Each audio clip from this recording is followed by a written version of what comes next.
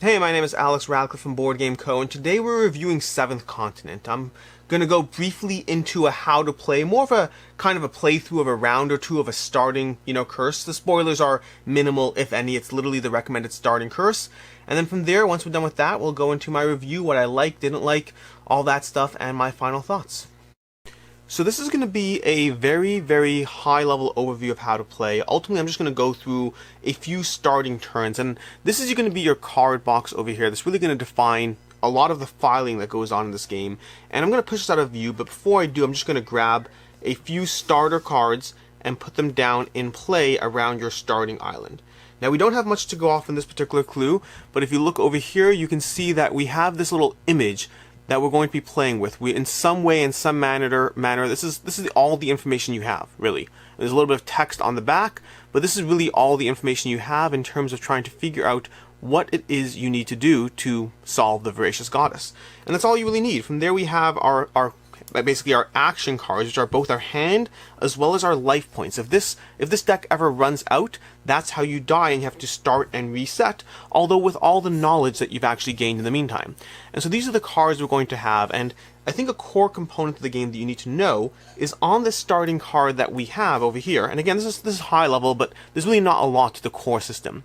Each of these things is something that you can explore in some way, and this symbol over here, it basically indicates the type of action you are taking, which is relevant for modifiers, how many cards you have to draw, and how many successes you need. In this case, this is a movement. If I want to move off this card, then we just need to draw one card and we need 0 successes. It's a guaranteed success, but it's taking away one of our life points effectively. And so we'll put our tokens back on there, and we'll start making some quick decisions and playing out 1 or 2 basic turns. And I think to start with, we're going to explore card number 5. So we're going to look at this icon over here. We're going to pull card 5, but it's going to require us drawing 1 card and having, having 0 successes. So we're going to go ahead and draw 1 card. And whenever you do a test, these are all referred to as tests, you get to keep 1 of the cards you draw. No matter how many you actually draw, you only get to keep 1. So we're going to keep 1. And there is a hand limit, which I think I'm still honoring because I'm playing a single player game, which means I have 5 cards that I'm allowed to hold. So I'm going to draw that card, and then I'm going to draw card 5 from this box, which I'll get over here. We look at the back. The back says you stand before a nearly 50-foot high rocky peak. And it gives us this card over here, which we're going to attach. So the view up there must be quite interesting. And now we have this test over here where we can do a 1 card draw, which you can draw 1 or more cards. Whenever you have that symbol, you can draw more than 1 if you want. It just means you're drawing through your life points. And you need 2 successes. And then card 26 and discard this. So you know what? I think maybe we'll do that, but we're just going to look through our cards that we actually have in our hand first, because we want to see if we have anything that helps us with climbing. It doesn't look like we have anything that helps us with climbing, although we do have a walking stick. So in order to illustrate some basic game mechanics, I'm going to go ahead and do the walking stick first. This symbol over here indicates that we could draw 2 fewer cards if we had wood on our island, but we don't. We're not currently on the space with wood, so this is going to take 2 cards to build, but we're going to go ahead and build it.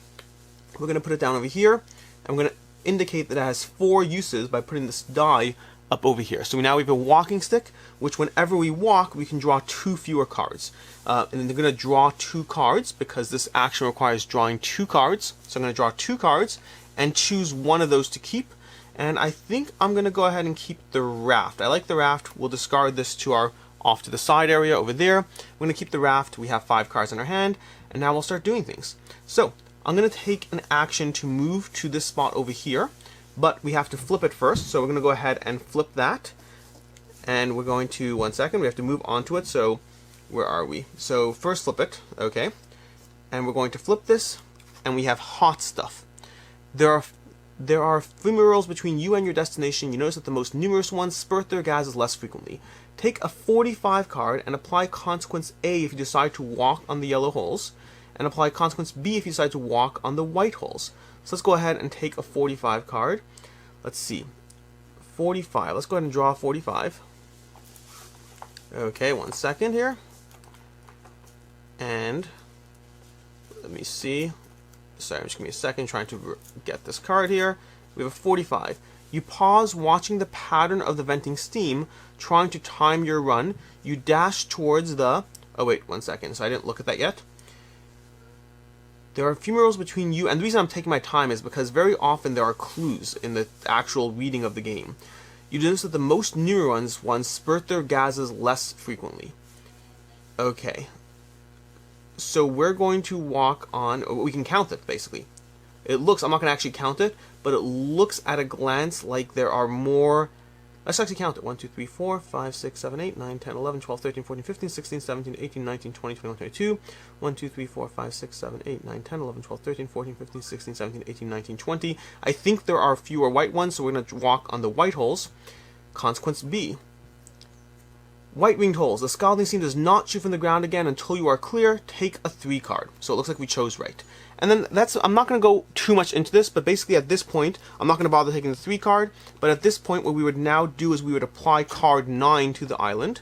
So we would take once we resolve that card, we would take the card 9 to put the spot over here. We would read the back, but we would put it down, and now we've explored a new area. I'm going to take an action to move there, but I'm going to lower my walking stick by 1 because this lets you draw fewer cards when you walk. I will reduce my walking stick by 1, and I can't find the 3 on this thing. There's definitely a 3. I know there's a 3. And then we'll move over there. And now I can take any of the actions on this card over here. So there's a variety of actions we can take. I can do another explore, more exploring. Well, this is where we came from. I can look at this spot over here. I can look at this spot over here. Ultimately, the entire game of Seventh Continent comes down to seeing different opportunities in front of you and choosing the actions you want to take. Do you want to explore? Do you want to look at something?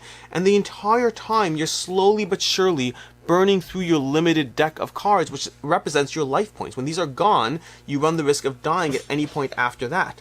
Now, there are things you can do throughout the game to mitigate that. There are times you can eat animals, hunt animals, pick berries, and those things will all bring cards back to your deck, which is the core of the game. So winning this game is a combination of a few things. It's being on the lookout for what you're actually trying to do. It is managing your deck. It is getting cards back into your deck. And sometimes it is dying, but coming back to the game. It's dying, but coming back and understanding that when you went left last time, it didn't work for you. When you went right, it will. And so you can run a slightly more efficient game. It will involve repeating some things, but you'll get to where you need to go. And there often is that, you know what, I'm drifting into review territory. So why don't we take a step back from this game and go into my thoughts. And so that's Seventh Continent in a nutshell. It's a little bit, well, it's a ridiculously easy game to actually teach. But the sequencing really just comes down to take an action, rinse, repeat, take an action, rinse, repeat. It is a game of exploration, and a lot of the fun mechanically comes from crafting these items you craft, and the way you actually have a bit of a crafting system. At times you can combine items into larger, better items. That's where a lot of the mechanical fun will come in, but ultimately, if you are not intrigued by a game of exploration, this is probably not a game for you. Now, I'm going to go into what I liked, didn't like, and what I can see being a problem for others. But before I do, know that I think Seventh Continent is an amazing game, but I'll go more into that in my final thoughts. So, let's start with what I liked. What I like offhand, the art is great. It's, there's hundreds and hundreds of cards in this box, and then I have the expansions and everything. There's thousands of cards altogether, and each of the cards is well illustrated with pretty decent artwork, all things considered. Considering the sheer number of cards and the sheer amount of world building that goes into this game, there is a lot of artwork, and well, it pulls me in. It's a very well done world in the experiences it's doing, both in the equipment, the various events, the creatures that will attack you or you will attack them. Everything in this world is very well illustrated. I also like the incredibly simple gameplay. I mean, the rulebook is, I don't know what it was, maybe 14 pages, somewhere in that range, but the rulebook, while it has a lot of pages, most of it is really for a lot of the peripheral stuff, a lot of the extras that you kind of need to be aware of. But the actual gameplay, like I said, is very simple. The extras come in the forms of, okay, great, how do you combine equipment? What is the process for passing a test? And that's something I didn't cover in the when I was going through the how to play. But a lot of the cards that you're passing tests, you have to basically draw these stars on the side of a card, and those stars the amount of successes you need is equal to the number of stars you need. And there's a little bit of nuance there. But again, the simple gameplay is understand what a test is, and then take tests the entire time. You have to take a test, you have to draw cards to move, you have to draw cards to look, you have to draw cards to hunt, all those things, but those cards are constantly giving you the tools you need to actually play the game. Another thing I like is the sense of exploration in this game. This game really truly does give you a it gives you a lot of exploration in this box. It really does feel like you are abandoned on an island trying to figure out what happens next. And it's a sense of exploration that stays with you because as you slowly go through each curse, as you lose or die and come back to the game and head out once more, you constantly have these things that you're like, well, I wonder how that played out. What did I do last time? Was that test something I could have looked at a card for clues? Did something else I saw give me a hint there? There's a real sense of exploration and world building in this game that is, well, it's a feeling that I think no other game has truly given me that sense of world building, that sense of exploration, that sense of trying to figure out where you are, where you need to go to, and how to survive on a deserted island. I also like the fact that it's soloable, and this is something we're going to touch upon in the what I didn't like as well, but this is an excellent solo game. It plays incredibly well with, well, one player. It is a game that you will often, I think it's best with one player, but it is a game that you can pull out the cards, just start diving into it, and, well, have a lot of fun diving into this giant 7-hour adventure that will be played a few sessions at a time. And it won't always be 7 hours, give and take, but it is an adventure that will be long. Whether that's 4 hours or whether that's 15 hours, it will require multiple plays for you to live through this and ultimately fulfill whatever it is you're trying to do. And the game comes with multiple curses. Each curse will be its own miniature adventure. And lastly, and this goes upon something I touched upon with exploration, I love the feeling of accomplishment this game gives you. When you sit there and you build this piece of equipment that suddenly lets you tackle that lion you've been seeing in the corner, I don't know if there's any lions, but that creature you've seen in a corner somewhere, and you suddenly build this equipment that lets you attack it. Or you sit there and build a raft and manage to set sail from the part of the island you're on and head to another part of the island.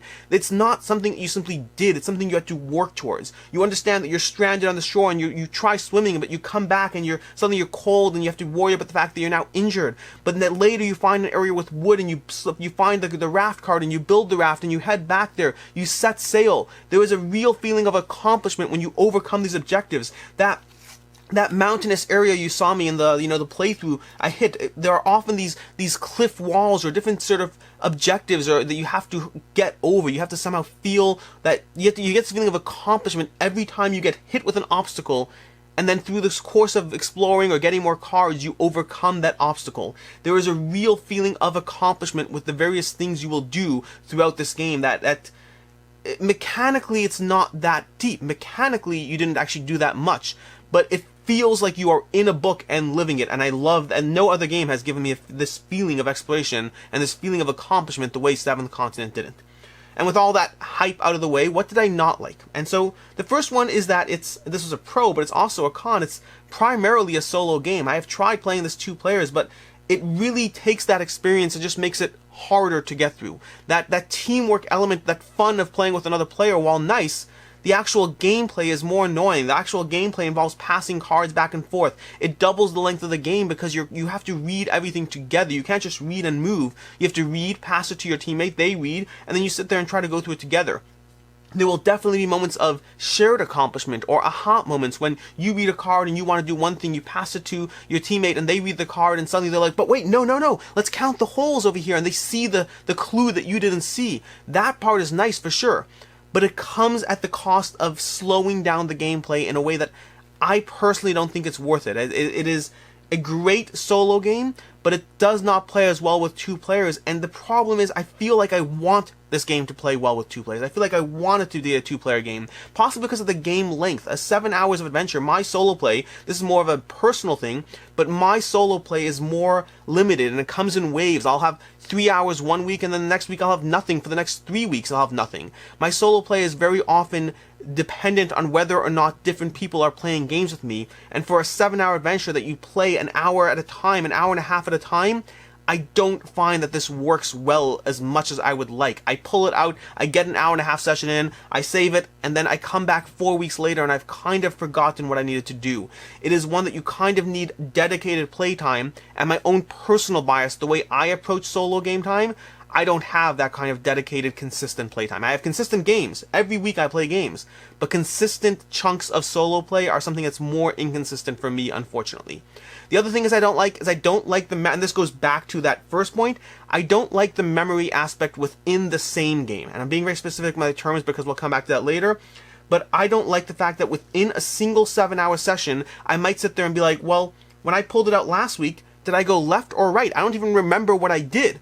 So I might end up repeating stuff. I might end up having to do things again because I don't remember what I did 2 or 3 weeks ago. And again, that is a limitation based on the way I play 7th Continent, based on the fact that I will come back to an adventure a week or 2 weeks or 4 weeks later, and it's still in the same adventure. So I don't like that memory aspect within the same adventure that I am experiencing. I think it's part of the experience. It's baked into what this game is delivering, but it can result in a little bit of frustration, and maybe it's a frustration you could just avoid, or I could avoid by just taking notes of what I did. But I feel that lessens I feel it takes away from what the game is trying to be, but it might be a necessary crutch based on the way I'm playing the game. And finally, what I don't like, and this one will be very relevant to my final thoughts, is the fact that this game, as good as it is a filing system at times. You are constantly riffling through this box to find the card you need, pulling it out, adding it to the board, riffling back, putting cards back and forth. In between every session, you are putting the cards, and when you're done with your final game, there are hundreds of cards, not hundreds, but like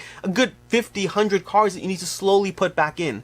The amount of work it takes to keep this filing system in play is obnoxious. Absolutely obnoxious. I hate it. I hate it so much because it is the biggest blocker to experiencing a amazing system. It is just, it's elements of amazing exploration and great gameplay combined with constant riffling to find what you need, and I'm just not a fan of that filing system, unfortunately. I don't have an easy way around it. I really don't, but it is the biggest pet peeve I have with 7th Continent.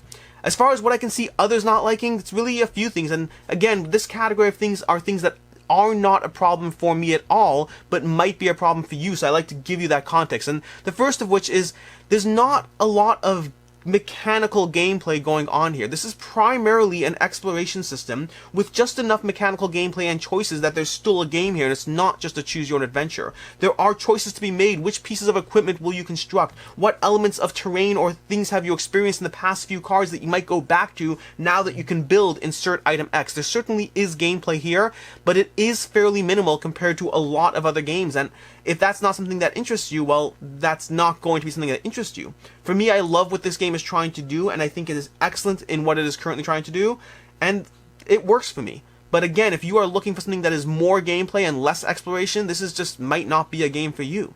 Another thing I can see people not liking, and again, not a problem for me, is the lack of direction this game gives you. That initial curse, this voracious goddess, and each curse is different, gives you an image. And I'm not going to go into the hows and whys of what this means and whatnot, but the game basically says, here you go, here's how you start, here's the tiny little clue, and now just play until you figure something out. Which could be really annoying. How do I win this game? I mean, I know how I die, but how do I win? What do? Do I just walk around looking at stuff? I mean, I've been in this island when I played the last curse. I don't even know what I'm doing in this game. And that lack of direction can be frustrating for others. For me, perhaps because it's worked out well so far, for me it's great. I walk in, I start doing stuff, and throughout the course of the exploration, I kind of figure out what needs to happen next. It has worked for me when I've played this game, but I can certainly see it being a problem for others, both in the general idea they may not like it, as well as the fact that if you don't slowly stumble your way upon what you need to do to win, then it will just be frustrating. I can think of Chronicles of Crime, which was a great game, was a game that slowly I got less and less enthusiastic about as I went through different games where I just didn't know what to do next. And if you found that as a stumbling block here, if you found that you were constantly being challenged with, okay, I've been playing this for 7 hours and I still have no clue what I'm doing, then yeah, that might be frustrating. But again, for me, not a problem, but it's something you should definitely be aware of before you dive into 7th Continent. And lastly, what I can see being a problem for others is the memory aspect in the general scheme of things. Now again, this is I'm being very specific with my words. The thing I didn't like is the memory aspect contained within one game, because I like to remember what it is I'm trying to do in a single experience. If I just did something, if I turned left and then I pack up the game and a week later I'm like, did I go left or right? That's a little bit annoying. But what I can see being a problem for others, but wasn't a problem for me, is the general memory from game to game. And this goes both ways. There are people who will be annoyed that they don't remember things between one curse and the next. You're like, well, we played this, I kind of wish I remember that. Doesn't bother me because it's a whole different curse. And there's other people who might have the reverse, that they might be annoyed that you can, well, every curse is using the same island to a degree. Different parts of it, sure, but there will be overlap. So it feels like cheapened, that my adventure is lessened because I've been here, I've done this, I know what to do. And for me, it doesn't bother me because I think that's part of the experience, the world that Seventh Continent is giving me. It's giving me that sense of exploration. It's giving me that sense of ownership over an island. And anything that I actually end up remembering goes more towards that sense of accomplishment that I love, as opposed to that annoying, you know, why do I have to do this again, or why do I remember this too much? I like that aspect to the game, so it's not a problem for me. As far as my final thoughts, this is a tough one. Seventh Continent, to me, is an incredible and amazing game. Absolutely incredible. I cannot go on and on about how good I think this game is at what it's trying to do. And whenever I play it, I love the experience it's delivering. I really do. But there are two things that make me wonder about the longevity in my collection, about whether or not it'll stay in. To be fair, there are only a handful of games that I've gotten rid of in the past that I think are incredible, but don't work for me. One of the good example would be Root. I think Root's an incredible game, but it takes too much time to constantly teach new players. That just doesn't hit the table in my collection. So despite being incredible, despite being a game that I highly recommend everyone try, Root is a game I eventually got rid of. And Seventh Continent may end up in that category, and that's for two reasons that I didn't like the game, the two specific reasons. The first is the filing system. If Seventh Continent was a computer game, I would buy it tomorrow. And I hate saying that. I am someone who always prefers the tactile nature of the board game, and like when you say, oh, Gloomhaven's on the computer, I'm like, I don't care Gloomhaven's on the computer, I want to play it here on my table. But Seventh Continent, the filing system in Seventh Continent is so annoying to the actual gameplay I'm trying to experience, I would almost rather play it as a computer game. I feel I would lose a lot of the tactile nature of what I'm doing here, but I would gain not having to file cards, and that's something that I really don't like in this game. And the other aspect is, again, that's specific to me. That one's more of a... This filing aspect might be more specific to, well, anyone. But the thing that's more specific to me and the way I play games is because I believe this game thrives solo, and because I don't get consistent 7-hour chunks of solo play, I find Seventh Continent, I have successfully done 2 of the curses. I have. But every time I've pulled it out in the past year, I start a curse, I play it a little bit, and then I end up getting to a point where I have to pack it up and reset, and I become a little bit more frustrated each time I have to do that. And not reset for like next week, but I reset it, and then I realize 6 weeks later that I just don't remember a thing and I have to start again. And that I find a little bit more frustrating. But that specifically, again, to be very clear, that is an aspect of the way I play Seventh Continent, the way I play solo games. And so Seventh Continent is a game that I heavily recommend. I think you should 100% try this out at some point. You can either go with the gigantic Kickstarter version and find it on the secondhand market or whatnot, or you can buy it directly from their site. They have a classic condensed version which will give you more than enough gameplay, or of course you can just back 7 Citadel and see whether that gives you the same experience or whatnot.